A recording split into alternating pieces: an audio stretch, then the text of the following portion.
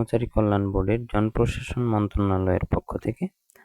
তো আজকে আমি এখানে বিস্তারিত আলোচনা করব এখানে কি কি পদ রয়েছে, পদের সংখ্যা, শিক্ষাগত যোগ্যতা এবং অভিজ্ঞতা, এবং কোন কোন পদে আবেদন করতে কি কি যোগ্যতা লাগবে, এবং আপনার আবেদনের শুরুর তারিখ, শেষ তারিখ, এবং কোন ওয়েবসাইটে গিয়ে আপনারা আবেদন করবেন, এই সকল বিষয় নিয়ে আমি আলোচনা করব ইনশাল্লাহ। তো তার পূর্বে বলে রাখি, এখনও যারা আমার চ্যানেলটিকে সাবস্ক্রাইব করেননি তারা অবশ্যই চ্যানেলটিকে সাবস্ক্রাইব করে বেল আইকনটি প্রেস করে দেবেন এবং সমস্ত ভিডিওগুলো আমার চ্যানেলে গিয়ে দেখার চেষ্টা করবেন। যেগুলো কারেন্ট নিয়োগ বিজ্ঞপ্তি রয়েছে সেগুলো দেখবেন যাতে আপনার সুবিধা হয়। তো এখানে মোট পদ রয়েছে 48টি। তো এখানে 10 ক্যাটাগরির পদে ভাগ করা হয়েছে। এখানে 10 নম্বর পদটি দেখতে পাচ্ছেন যে গাড়ি চালক, বেতন স্কেল ৯,৩০০ থেকে ২২,৪৯০ টাকা। এখানে 2টি পদ রয়েছে। কোনো স্বীকৃত বোর্ড হইতে জুনিয়র স্কুল সার্টিফিকেট বা সমমানের পরীক্ষায় উত্তীর্ণ হতে হবে। হালকা গাড়ি চালানোর বৈধ ড্রাইভিং লাইসেন্স থাকতে হবে। এরপরে 9 নম্বর পদটি হচ্ছে ডাটা এন্ট্রি বা ডাটা কন্ট্রোল অপারেটর। এখানে 9টি পদ রয়েছে। এখানে বলা হয়েছে কোনো স্বীকৃত বোর্ড হইতে অন্যান্য দ্বিতীয় বিভাগ বা সমমানের সিজিপিএতে উচ্চ মাধ্যমিক সার্টিফিকেট বা সমমানের পরীক্ষায় উত্তীর্ণ এবং কম্পিউটার মুদ্রাক্ষরের প্রতি মিনিটে বাংলায় 20 শব্দ এবং ইংরেজিতে 20 শব্দ গতিসহ সংশ্লিষ্ট বিষয়ে স্ট্যান্ডার্ড অ্যাপটিটিউড টেস্টে উত্তীর্ণ হতে হবে। অফিস সহকারী কাম কম্পিউটার মুদ্রাক্ষরিক, এখানে 18টি পদ রয়েছে। এটাও 16তম গ্রেডের চাকরি। তো এখানে কোনো স্বীকৃত বোর্ডে অনন্য দ্বিতীয় বিভাগ বা সমমানের সিজিপিএতে উচ্চ মাধ্যমিক সার্টিফিকেট বা সমমানের পরীক্ষায় উত্তীর্ণ হতে হবে। কম্পিউটার ব্যবহারে দক্ষতা, computer word processing, email, fax machine ইত্যাদি চালানোর দক্ষতা ও অভিজ্ঞতা থাকতে হবে। কম্পিউটার মুদ্রাক্ষরের গতি প্রতি মিনিটে সর্বনিম্ন বাংলায় 20 শব্দ এবং ইংরেজিতে 20 শব্দ থাকতে হবে। এরপরে 7 নম্বর পদটি রয়েছে ক্যাশিয়ার। ক্যাশিয়ার একজনকে নেওয়া হবে, এটা 14তম গ্রেড। এখানে কোনো স্বীকৃত বিশ্ববিদ্যালয় হতে বাণিজ্য বিভাগে অনন্য দ্বিতীয় শ্রেণী বা সমমানের সিজিপিএতে স্নাতক বা সমমানের ডিগ্রি, কম্পিউটার ব্যবহারে দক্ষতা। 6 নম্বর পদটি হচ্ছে হিসাবরক্ষক, 13তম গ্রেড। এখানে 9টি পদ রয়েছে। কোনো স্বীকৃত বোর্ড হইতে বাণিজ্য বিভাগে অনন্য দ্বিতীয় শ্রেণী বা সমমানের সিজিপিএ সহ স্নাতক বা সমমানের ডিগ্রি, সংশ্লিষ্ট কাজে বাস্তব অভিজ্ঞতা। এরপরে 5 নম্বর পদটি হচ্ছে কম্পিউটার অপারেটর। এইটা 13তম গ্রেড। এটাও বেতন স্কেল 11,000 থেকে 26,590 টাকা। 4টি পদ রয়েছে।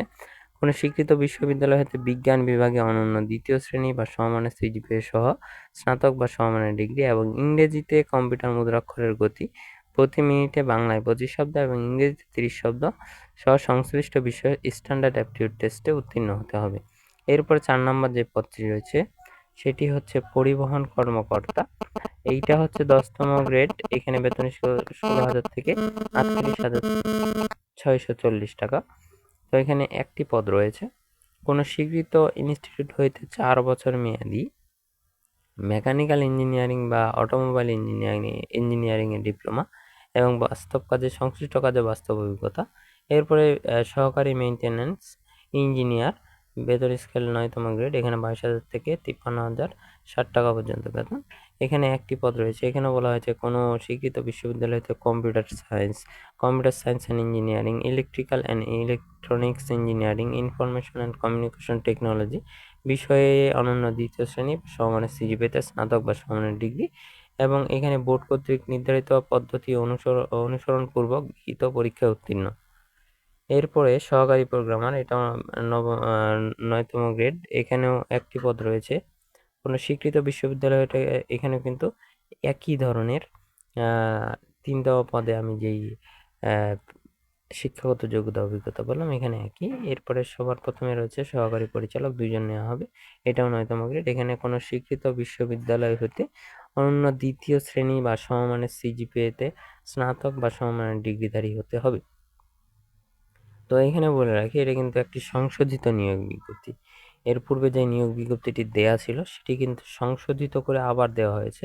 এখানে বলা হয়েছে বাংলাদেশ কর্মচারী কল্যাণ বোর্ডের কর্মচারী চাকরি প্রবিধানমালা 2023 অনুযায়ী বাংলাদেশ কর্মচারী কল্যাণ বোর্ডের নিয়োগত নিম্নোক্ত ছকে বর্ণিত শূন্য পদসমূহে অস্থায়ী ভিত্তিতে সরাসরি জনবল নিয়োগের নিমিত্তে নিম্ন বর্ণিত প্রকৃত বাংলাদেশিদের নাগরিকের নিকট অনলাইনে এখানে কিন্তু আবেদন যারা করবেন তারা কিন্তু www.bkkb.teletalk.com.bd ওয়েবসাইটে গিয়ে কিন্তু আপনারা আবেদন করতে পারবেন।